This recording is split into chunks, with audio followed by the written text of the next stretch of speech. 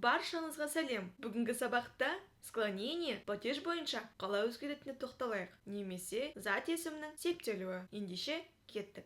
Орыс тілінде 3 склонение бар.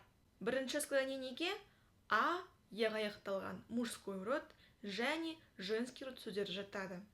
Мысалы, ручка, дядя.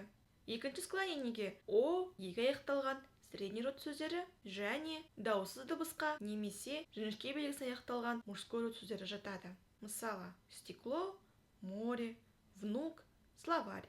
Ал үшінші склонениеге жіңішке белгісіне аяқталған женский род сөздері жатады. Мысалы, ночь, степь, любовь деген сөздер. Және бұл сөздер өзгереді. Мама сөзі мамы, маму, маме, с мамой.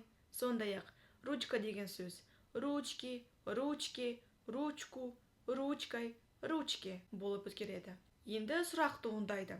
Бұл окончаниелер қалай өзгереді? Бұл окончаниелер қандай заңдылықпен өзгереді деген сұрақ туындайды. Бұл окончаниелер падеж бойынша әртүрлі жалғау жалғанады. Мысалы, егер зат есім бірінші склонениеге жатса, онда ол мынандай жалғау жалғанады.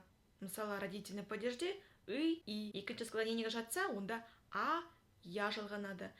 Ал егер үшінші склонениеге жатса, онда и жалғанады. Сондай-ақ дательный падежде, винительный падежде, творительный, предложный падежде. Енді әрбіреуіне тоқталайық. Бірінші склонениенің сөздерін қарастырайық. Ручка және дядя деген сөздерді қарастырайық. Именительный падежде, яғни атау септігінде кто, что деген сұраққа жауап береді. Сонда ручка бұл женский родқа жатады, дядя мужской родқа жатады. Енді родительный падежге қояйық. Родительный падеждің сұрағы кого, чего. Бірінші склонениеде родительный падежде и немесе и жалғанады. Сонда ручка сөзі ручки, и жалғанады, ал дядя сөзі дяди болып өзгереді. Дательный падеж сұрағы кому, чему. Бірінші склонениеде дательный падежге е жалғанады. Сонда ручка сөзі ручке, е жалғанып тұр. Дядя сөзі дяде болады, е жалғанады. Ал винительный падеждің сұрағы кого, что. Окончание винительный падежде у немесе ю жалғанады. Сонда ручка сөзіне у жалғанады, ручку болады.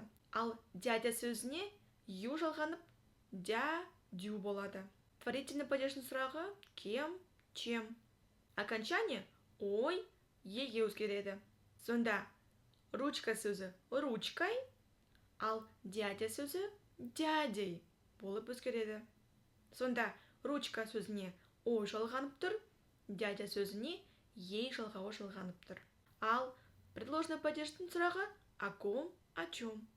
Предложный падежде е деген жалғау жалғанады. Сонда ручка сөзі о ручке, дядя сөзі о дяде. Бірінші склонениеде родительный падежде и, дательный падежде е, винительный падежде у, ю, творительный падежде ой, ей, және предложный падежде е жалғанады. Енді екінші склонениеға тоқталайық. Екінші склонениеде бізде стекло және внук деген сөзді қарастырайық. Именительный падеж сұрағы кто, что. Средний родтың стекло және мужской родтың внук деген сөзін алайық. Родительный падежде а және яға ауысады. Сонда стекло сөзі стекла, о аға ауысады, внук сөзіне а жалғанады. Сонда родительный падежде стекло, стекла, внук, внука болады. Дательный падеждің сұрағы кому, чему. Окончание у немесе ю жалғанады. Сонда стекло сөзі стеклу, внук сөзі внуку, у жалғанып тұр. Келесі винительный падеждің сұрағы кого, что. Винительный падежде мужской род нулевое окончание және я жалғанады. Ал средний род о, е болып қала береді. Яғни өзгермейді деген сөз. Сонда средний род стекло, стекло болып қалады, ал мужской род внук, внука болады. Келесі творительный падеж сұрағы кем, чем. Окончание он, ем, ем жалғанады. Стекло сөзі стеклом, внук сөзі внуком болып өзгереді. Ал енді предложный падеждің сұрағы о ком, о чем. Окончание е жалғанады. Средний род сонда о стекле, внук сөзі о внуке болады. Сонымен екінші склонениеде родительный падежде а, я жалғанады. Дательный падежде у, ю жалғанады. Винительный падежде егер мужской род болса нулевое окончание немесе я болады. Ал егер средний род болса о, е болуы мүмкін. Творительный падеж он, ем, ем. Предложный падеж е жалғанады. Келесі бізде енді үшінші склонение. Үшінші склонениеге бізге жіңішке белгісі аяқталатын женский род сөздері жатады. Ночь деген сөзді алайық. Именительный падеж кто, что.